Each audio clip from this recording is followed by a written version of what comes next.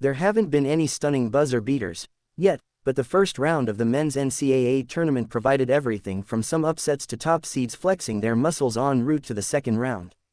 We started off with 68 teams and the field shrunk to 32 by the end of Friday night. It was non-stop basketball in the past 48 hours, and there are plenty of notable points coming from the first round results. On Friday, Duke's star showed little trouble in his return. The Big Ten capped off to a fantastic start and things continued to get worse for the ACC. Now that the opening round is complete, we can look forward to the second round, but before that, here are the winners and losers from Friday's first round action. Winners: Cooper Flagg. There was much worry about the health of Cooper Flagg in the NCAA tournament. Even if Duke faced no. 16 Mount St. Mary's, the chance at a national championship hinged on the star freshman. Follow the madness. NCAA men's tournament bracket, scores, schedules, teams and more. It took just less than 2 minutes for all worries to go away.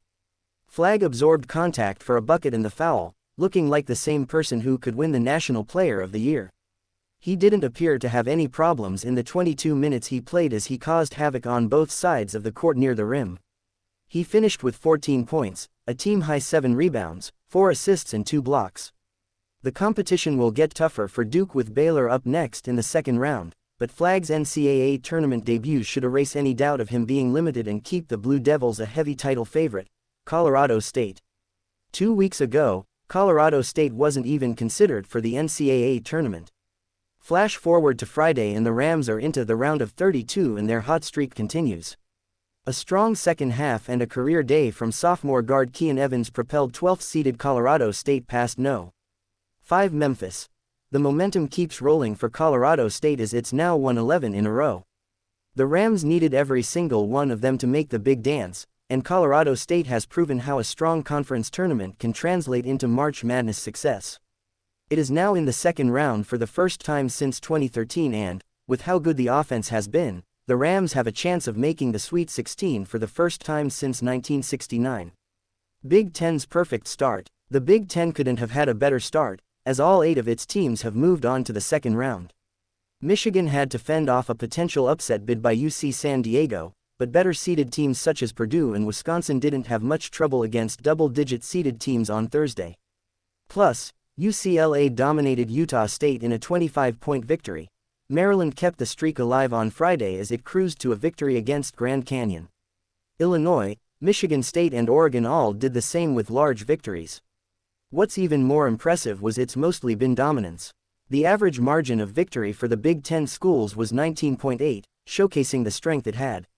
Could the Big Ten keep the streak going in round 2? Connecticut's three-peat chances. The odds aren't in its favor, but Connecticut still has a chance to be the second three-peat champion with a victory over a stingy Oklahoma team. The Sooners certainly put up a fight, but the Huskies had the clutch gene still on their side for the 8-point win. It's now 13 consecutive tournament wins for Dan Hurley, and this one may have been the most impressive given how weird this season has been at UConn. Oklahoma had all the makings of a team to end its season, but Hurley knows how to get his team victories in March. After all, there is a reason he has the second best winning percentage in the tournament behind John Wooden. A big challenge awaits UConn on Sunday with Florida next, but the Huskies deserve credit for not folding. The Pitino family. Another round of hoops is in store for the Pitino boys after New Mexico defeated Marquette. The Lobos and Golden Eagles were close throughout the night before a late 11-0 run gave New Mexico a 10-point lead that created enough space from Marquette. Now both Rick and Richard Pitino will be coaching in the round of 32 in the same tournament for the first time. What's even more remarkable is Richard Pitino's victory ended a long NCAA tournament win drought for the Lobos. They lost their past 4 tournament games and hadn't won since 2012. Both Pitino coaches have taken on jobs where March Madness success hadn't happened in quite some time, and they both will play at least one more game this weekend upsets. Where was the madness? It's been the tournament of favorites so far with only 3 upsets, teams seeded number 11 or higher, in the first round. McNeese and Drake did it on Thursday and only Colorado State was able to do it on Friday. It's the lowest amount of first-round upsets in the NCAA tournament since 2007 when only 2 happened. While it's a testament to some of the best teams in the country proving themselves, it's certainly taken away what many people watch the tournament for, especially when 7 happened in last year's opening round. There's still a chance some upsets could happen in the second round and double-digit seeded teams go on Cinderella runs, but it's not a good start for chaos. Memphis. Penny Hardaway has brought relevance back to his alma mater, but it has yet to translate into March success. Despite solid performances from Dane Dania and Colby Rogers, Memphis clearly missed Tyrese Hunter as the Tigers got cold in the second half and Colorado State raced past them to pull off the upset. It's fair to question Memphis' ceiling now with Hardaway. Yes, the Tigers have won at least 20 games in his 7 seasons in charge, but it's amounted to only 4 NCAA tournament appearances. Even worse, Hardaway is 1-3 in the tournament and it marks 2 consecutive one-and-done appearances.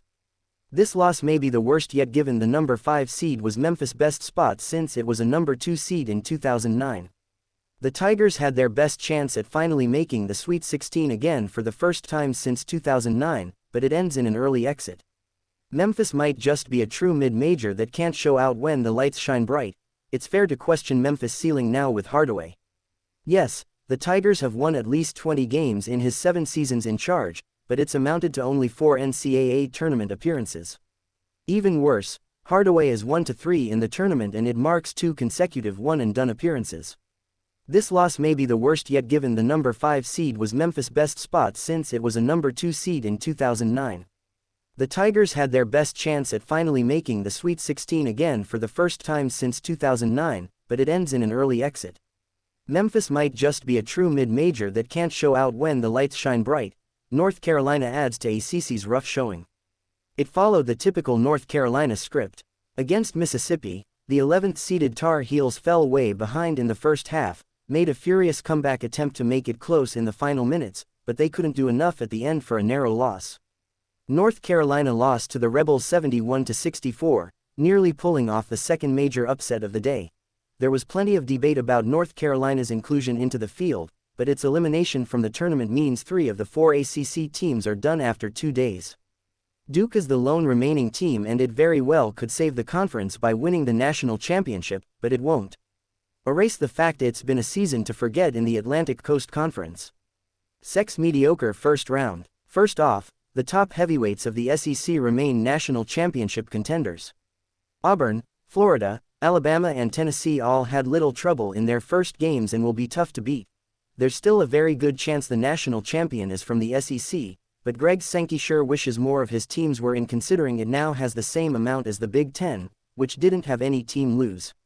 Kevin Willard. It's hard to advance in the NCAA tournament and be in the loser category, but the situation with Maryland coach Kevin Willard is overshadowing a phenomenal season by the Terrapins. After beating Grand Canyon, it should have been a celebration of Maryland's largest NCAA tournament win in team history. Instead, Willard threw some shade at reporters regarding what he said a day earlier about his job and now former athletic director Damon Evans. "I've talked to these guys, they know what's going on. I've been open with them, I've been honest with them, they know exactly what's going on," he said. "Whatever I say you're gonna write whatever you wanna say anyways. This is a waste of my time. We have a website that might as well be TMZ. So, I can't do anything about it, I can't do anything about Twitter, I can't do anything about what's going on." The Terrapins have the potential to go on a deep run this month, and the focus should be on trying to make the first Final Four since 2002. Instead, Willard seems busy trying to build a case to leave, perhaps to Villanova, once the season ends. Not a great look for a real good team. This story was updated with more information.